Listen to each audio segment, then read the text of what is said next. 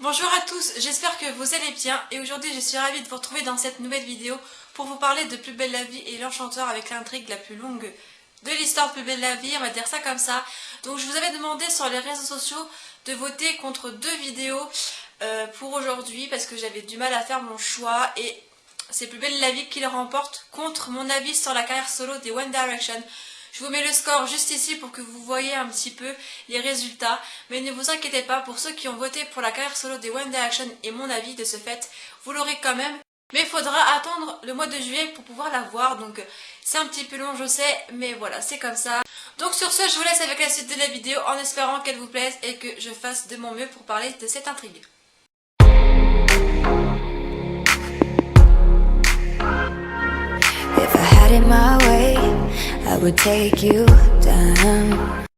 Donc pour ceux qui suivent la série depuis peu ou depuis toujours ou depuis quelques années seulement, vous avez dû remarquer que les intrigues en règle générale ne durent pas plus d'un mois.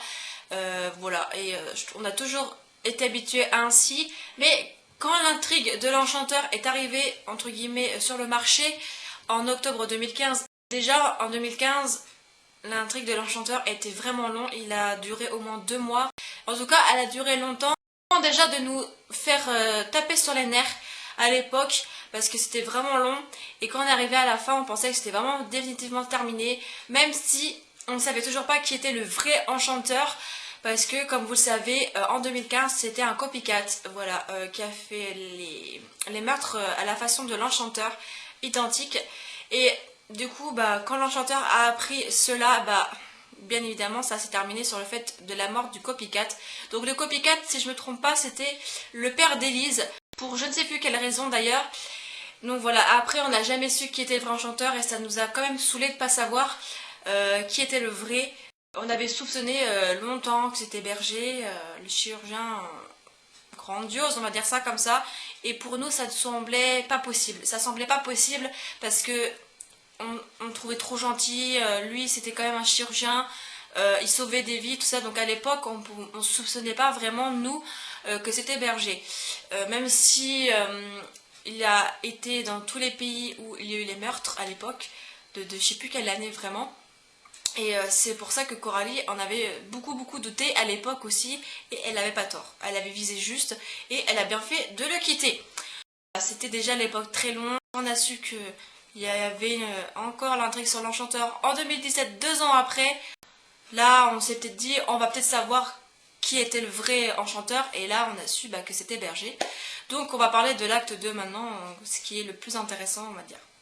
Et du coup, de ce fait, il y a quelques mois de ça, je pense que c'était avril, l'intrigue de l'Enchanteur est revenue sur le tapis. D'un côté, il fallait pas trop s'en douter avec l'arrivée du procureur de nouveau, vu que c'est une fouteuse de merde quand même, faut le dire, hein, c'est ce qui est vrai. D'un côté, ça nous arrange parce que ça nous a arrangé, surtout à l'époque, enfin à ce moment-là, quand c'est revenu plutôt, pas à l'époque, je suis débile. Mais bon, vous m'avez compris. Ça nous a arrangé parce qu'il fallait bien qu'on sache officiellement si c'était bien Berger, déjà. Parce que je me rappelle vraiment plus depuis quand on sait que c'est Berger. J'ai un trou de mémoire, il y a tellement eu trop de choses avec l'enchanteur que je ne sais plus.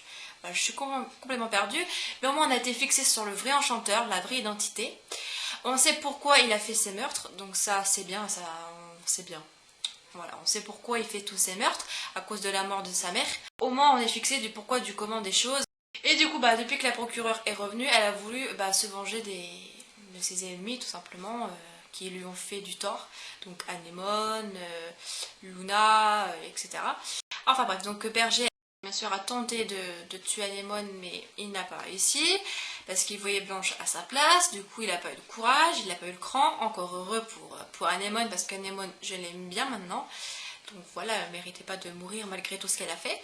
C'était le tour, je crois, de la secrétaire du juge Sangor, voilà, je recherchais son nom, du juge Sangor. Donc le premier meurtre, donc le cycle était commencé et il n'avait pas d'autre choix que de trouver 3 autres femmes. Ensuite, les meurtres sont enchaînés, il y a eu Carcy, la procureure, et la pauvre Wendy, qui malheureusement a eu une mort extrêmement violente, je trouve. Mais voilà, pour dire qu'il y a eu beaucoup de meurtres, il a été obligé de finir son cycle. Mais le problème qui m'énerve dans tout ça, c'est que l'intrigue soit vraiment trop longue et que il n'est pas encore découvert. Il n'a pas encore été découvert parce que voilà, personne n'est du côté de Nebou, sachant que Nebou est le seul à voir la vérité en face, à voir que tout coïncide, que tout se ramène sur Berger, mais voilà, il n'y a que lui qui le voit et il est tellement obsédé par ça de l'attraper, ce qui est logique, c'est un meurtrier, et ben personne ne veut le croire, même le juge le prend pour un fou, sa propre fille, sa propre femme, bref, tout le monde, et il est tout seul de ce côté-là, et c'est qui m'énerve le plus parce que c'est bien beau de respecter la vraie vie, parce que dans la vraie vie, l'enchanteur aurait mis des années et des années avant d'être attrapé, voire jamais.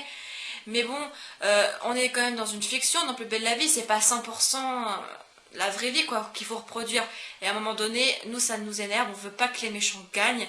Du coup, il faudrait que Plus belle la vie vraiment en termine. Mais le truc, ce qui est un élément clé, et j'espère qu'il sera encore en vie et que Berger va pas ne va pas le tuer, mais c'est son complice. Et au contraire, il peut faire couler Berger et faire en sorte que ça soit comme ça qu'on le découvre et que tous les Mistraliens sachent qui est le vrai visage de Berger grâce au complice. Et j'espère que ça sera grâce à lui qu'on va le savoir parce que Blanche s'est mariée avec un meurtrier, voilà, qui est un sale menteur, un double jeu, enfin un psychopathe. Et du coup ça m'énerve parce que Blanche a beaucoup changé, elle a forcé Coralie à venir à son mariage le jour de l'enterrement de Wendy qui ne peut pas se remporter. Un mariage ça se reporte, elle aurait dû le reporter. Mais non, elle a forcé Coralie, elle a cédé. J'ai rien contre Coralie.